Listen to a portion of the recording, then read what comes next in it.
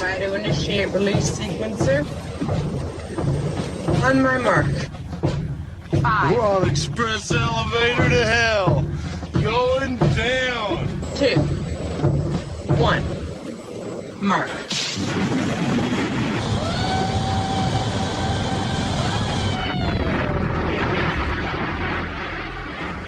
Hello everyone, my name is Mark, aka Derringer. Today is Sunday, June 10th, and you are listening to episode 160 of the Instant Action Podcast, your weekly source for Planetside 2 news and information.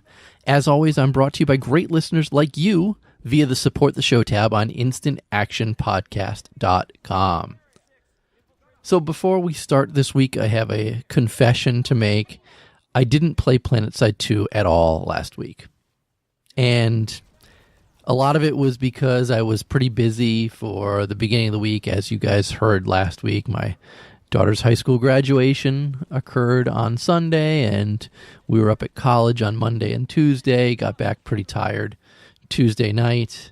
And then Wednesday, I really came down and sat down at the computer and wanted to play and just couldn't bring myself to log in. I sat there surfing the web instead, checking up on things that had happened the past few days while I'd been gone.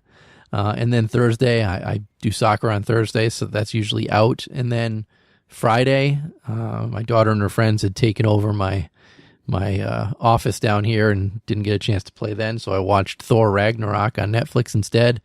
And basically that gets us to where we are now. Saturday, just busy day all around. So yeah, this is the first time in a long time that I can say I had an entire week where I didn't play Planetside 2.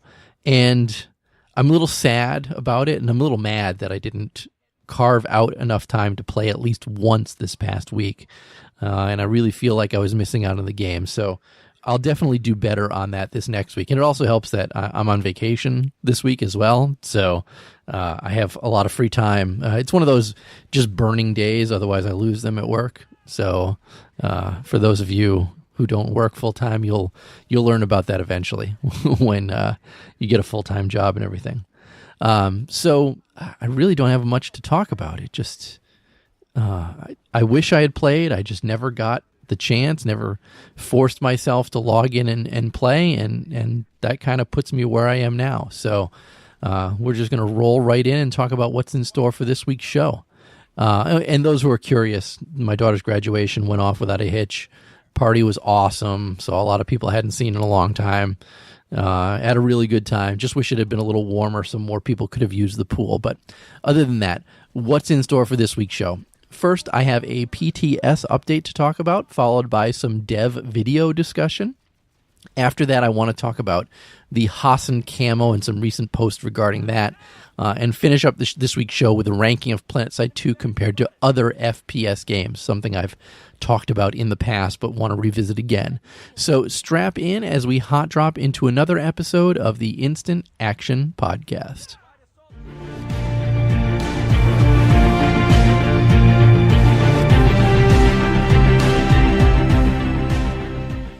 All right, so first up this week, let's talk about the June 5th PTS update.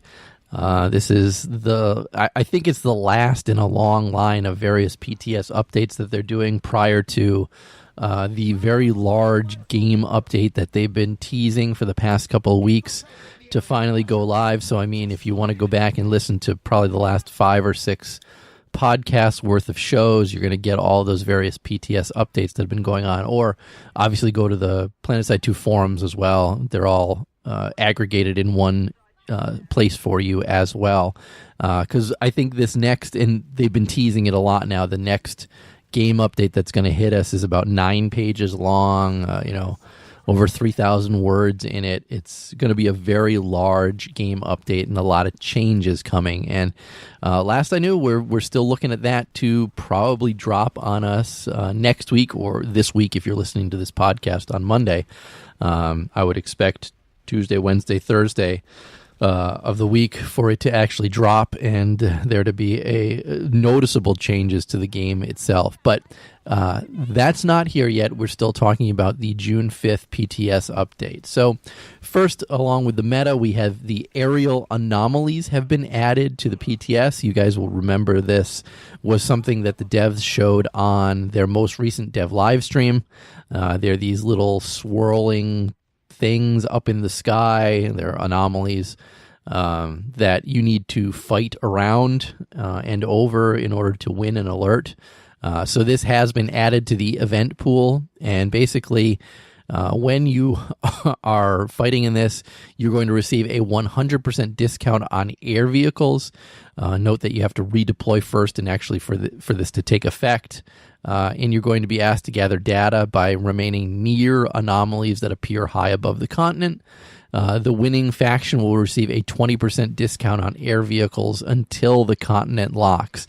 Now, again, the anomalies alert is one of those ones that is going to occur between the stabilization of the warp gates and the final ultimate meltdown alert that will occur when one faction achieves 41% of the continent, locking 41% of the continent itself. So again, they're talking about seeing 3 of these different alerts kick off. The aerial anomalies is one that's being tested out. I know they've also talked about having ones where you capture all the tech plants or all the biolabs on a continent, ones we've had in the past but aren't in the game anymore. So I would expect to see aerial anomalies and those capture X or specific facilities alerts to be the ones that are going to kick off when the next game update goes live prior to the full meltdown alert.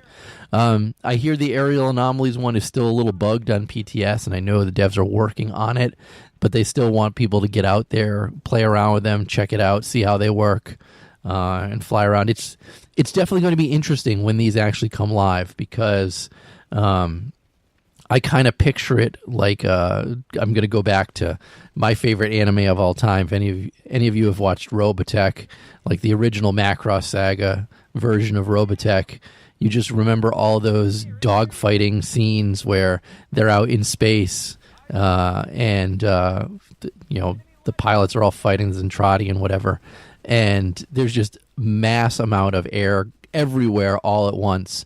And I just kind of picture in my mind that when these aerial anomalies launch, that's what we're going to start seeing on the different continents itself. Me being someone who's terrible at air, I think I'm going to camp out with my Skyguard or camp out with my heavy assault a lot and use lock-on rocket launchers to try and get some of those rocket launcher directives I need to get out of the way done, and same thing with the Skyguard to try and get the Skyguard out of the way on the Lightning as well. So I'm hoping that we see a lot of these aerial anomalies alerts kicking off.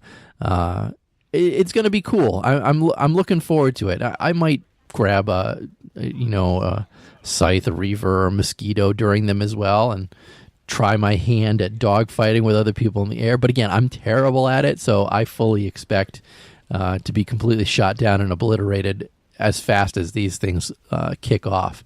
But I like the fact that this is kind of an outside-the-box thinking thing that's been added to the game.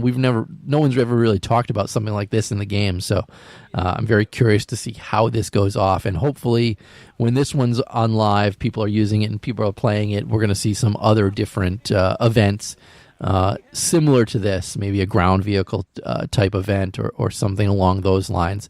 I'd love to see a rabbit type event as well. Those of you who played original Planetside knew there was this rabbit type event where you'd go and you'd pick up an LLU, lattice link unit, and you'd have to run it to a specific base, and it would have a lot of fun where people were defending it and other people were attacking it. Had a lot of rolling fights going throughout different areas of a continent. I'd love to see something like that come back to the game as an event as well. That being that, though, let's move along on these patch notes, because there are also some squad changes that are coming that are on PTS right now. First off, single-player squads will no longer be disbanded when a second squad member joins and then leaves. Squad leaders are now also going to receive an error sound when doing an invalid squad action. For example, trying to invite a player to a squad that when they're already in a squad, or trying to create a platoon with too few squad members. And the biggest one for me, the newly promoted squad, platoon, and fire team leaders are now going to get a message splashing across the center of their screen, notifying you that you've been promoted to one of those things. There are many times in the game where I don't even realize that I've been promoted to squad leader. So having a message like that, I think, is huge and really important. Next, also with squads, squad beacons are only going to appear in a squad leader's loadout when there are at least 2 squad members in their squad. So no more solo beacon gameplay. You're going to have to have at least one other person in your squad to use it. And also the /squad promote me. This is something I talked about on last week's show or teased. The /squad promote me command now is hotkeyable. So in the interface settings, you can go and find it. It's not bound by default, but you can certainly rebind it to any key that you want within the game. It should also work outside of Alpha Squad on the PTS. This is another one I'm looking forward to. This probably the first thing when this news goes live next week. It's probably one of the first things that you should do within the game itself is bind that /squad promote me command to something so that you can use it right away once everything goes live. Next, the fire teams, and I talked about this as well. The default squad is being removed from the game, and it's being replaced with the fire team hearts one. So basically what's going to happen is every person you invite to your squad is going to default into fire team hearts, and there can be up to 12 people within fire team hearts if you don't break them down. But then you can move them out into the other different fire teams, your spades, your diamonds, and your, oh my God, what's the other one? Clubs, of course. Jeez, drawing a blank there. You can tell I'm not a big gambler. But you can still move people into those other ones as necessary. But again, everyone's going to default into fire team hearts going forward once on PTS now, and then once that actually comes to live. Next, we had some UI improvements in this PTS update. First, with the implant screen. It's got a completely new look. It's got new upgrade and breakdown animations, and really revisiting it was to let them improve the overall design, but also it was necessary to fix some of the issues that the old implant screen had, like sometimes you wouldn't get notifications like being revived or continent queue pop-ups, things like that. It would also make the chat channel difficult to use. You'd get implants stacking on top of each other. There are all kinds of different bugs to it. So I'm not surprised that they made this big change to it. And I know that Zach was working on some of these UI improvements as well. They also made some changes to the event and alert messaging that you see in the upper corner of your screen. It's really only being enabled right now for the aerial anomalies alert because it's still a work in progress and needs some other polish before it's ultimately released. But I would expect that to come with the next game update as well. Finally, motion blur. They added a toggle for it again in the graphics settings page because I know a lot of people were asking for that. Moving on to infantry, the VELR Obelisk had its cooldown delay for each shot reduced from 0.25 to, increased from 0.25 to 0.4. Also, the manual calibration and safety override are both going to share the rail slot, and the Obelisk will no longer have access to any ammunition type attachment. The manual calibration now is also going to reduce the rate at which the weapon cools down by 25%, but it's also going to increase the magazine size by 4 rounds.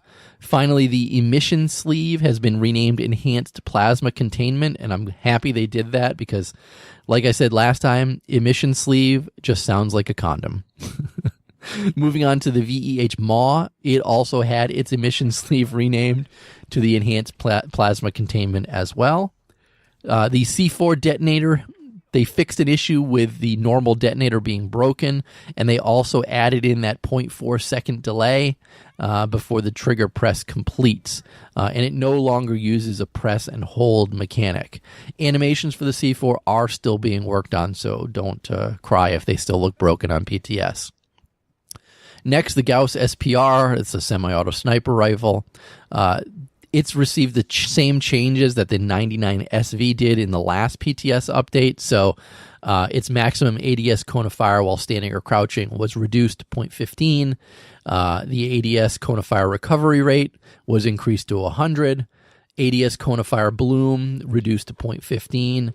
Maximum damage 10 meters to 50 meters, minimum 80 to 150 meters. Again, it's just mimicking the changes that were made to the 99 SV.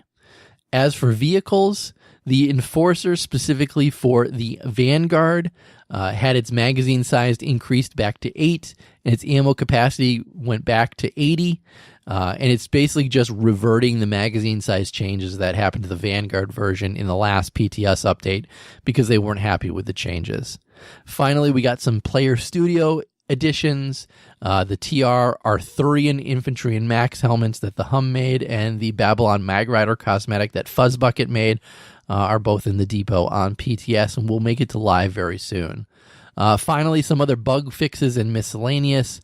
They fixed the issue with reserve hardlight barriers not being able to be used without first unlocking them. And they also fixed a bunch of geometry-related exploits that were in the game. I know a lot of people have been submitting bug reports with those geometry exploits, and I know the devs were happy to get a lot of those. So again, that's the full PTS update in a nutshell. Really, the biggest thing is the aerial anomalies, and I can't stress enough to get your butts over, update your PTS, hop on there and play around with them to see what they're like.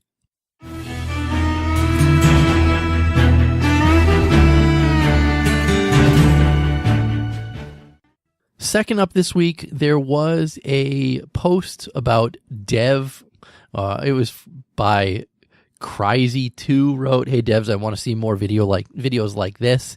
And he referenced the original The Making of the Valkyrie Planetside 2 official video.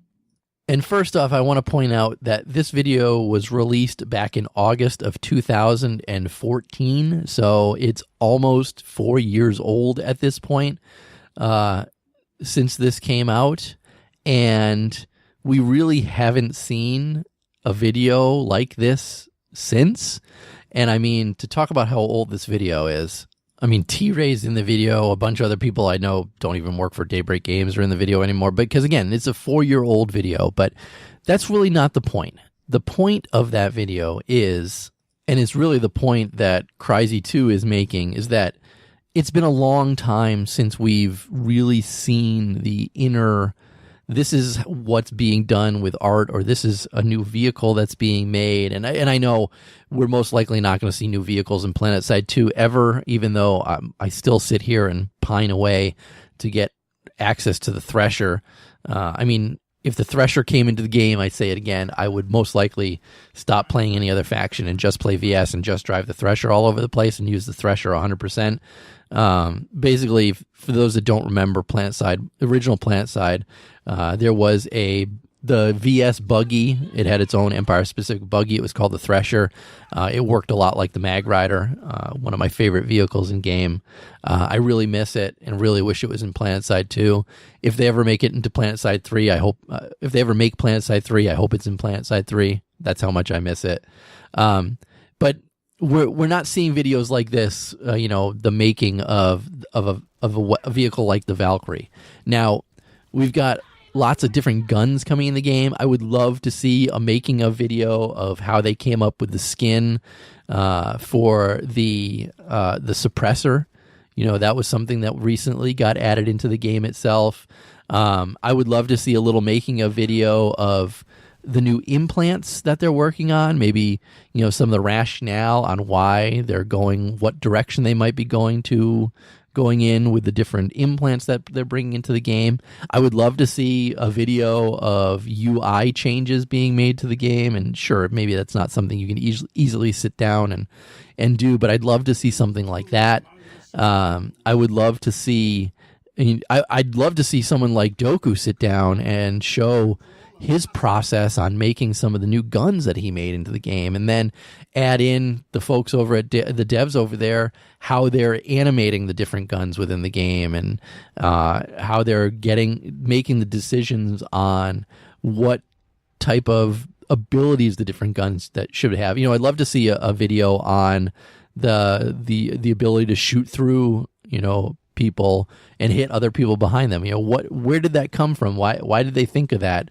How did they implement that into the game? What did they need to program into it to make that work? Little things like that. I'd love to see a little 5-10 minute video, just in addition to the dev live streams that they do every now and then, showing something. I think they had really hit on something good with the making of the Valkyrie video, and they've kind of moved away from that.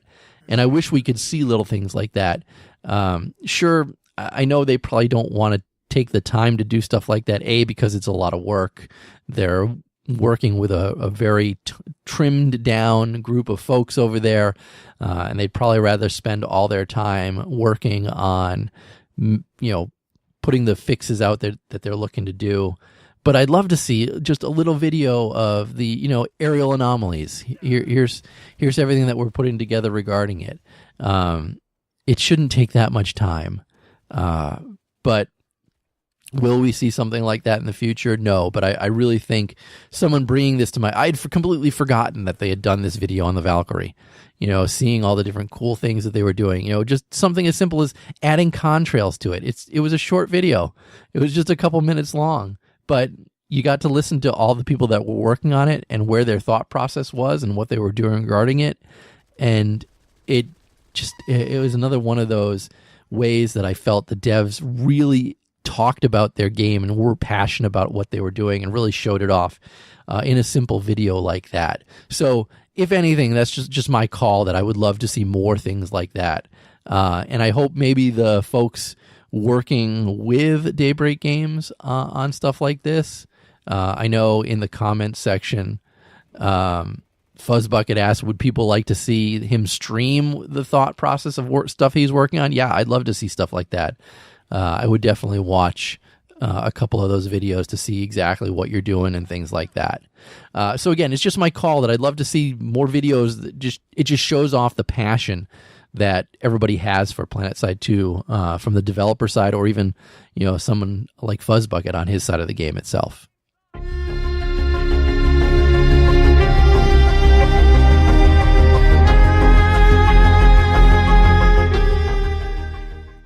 Next up, I want to talk about the Tropical Camo reward that you get for winning an alert on Hassan.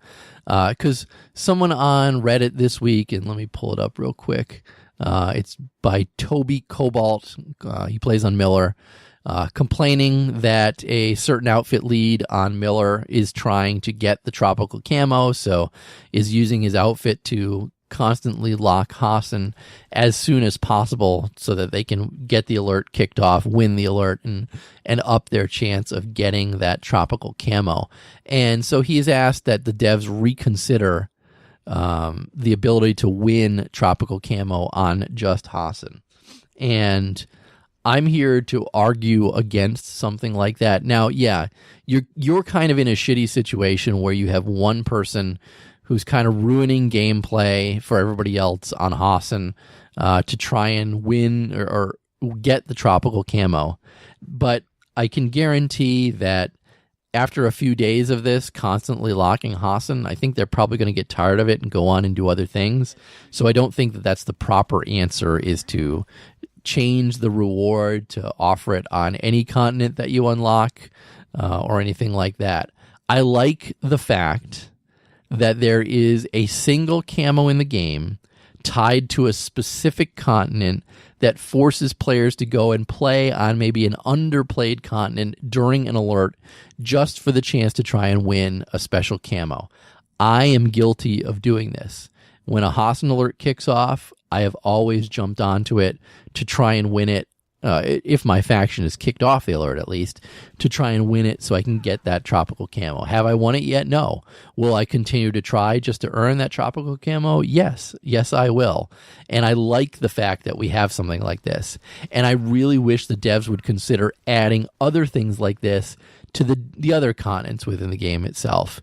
Now, they'd have to make some new camos and things like that. And I know we're talking that their senior art directors left recently, so that's probably not on their top things to do within the game itself.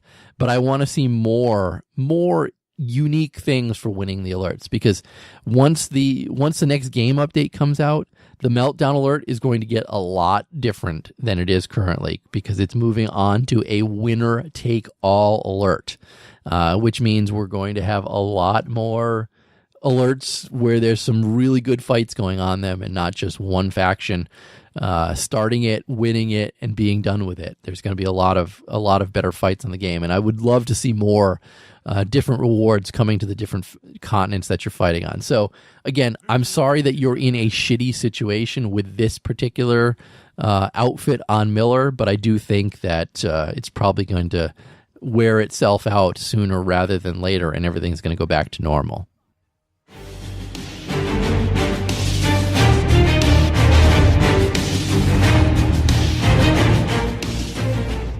Finally this week, the fourth topic is the Rock Paper Shotgun released their top 50 best FPSs on PC.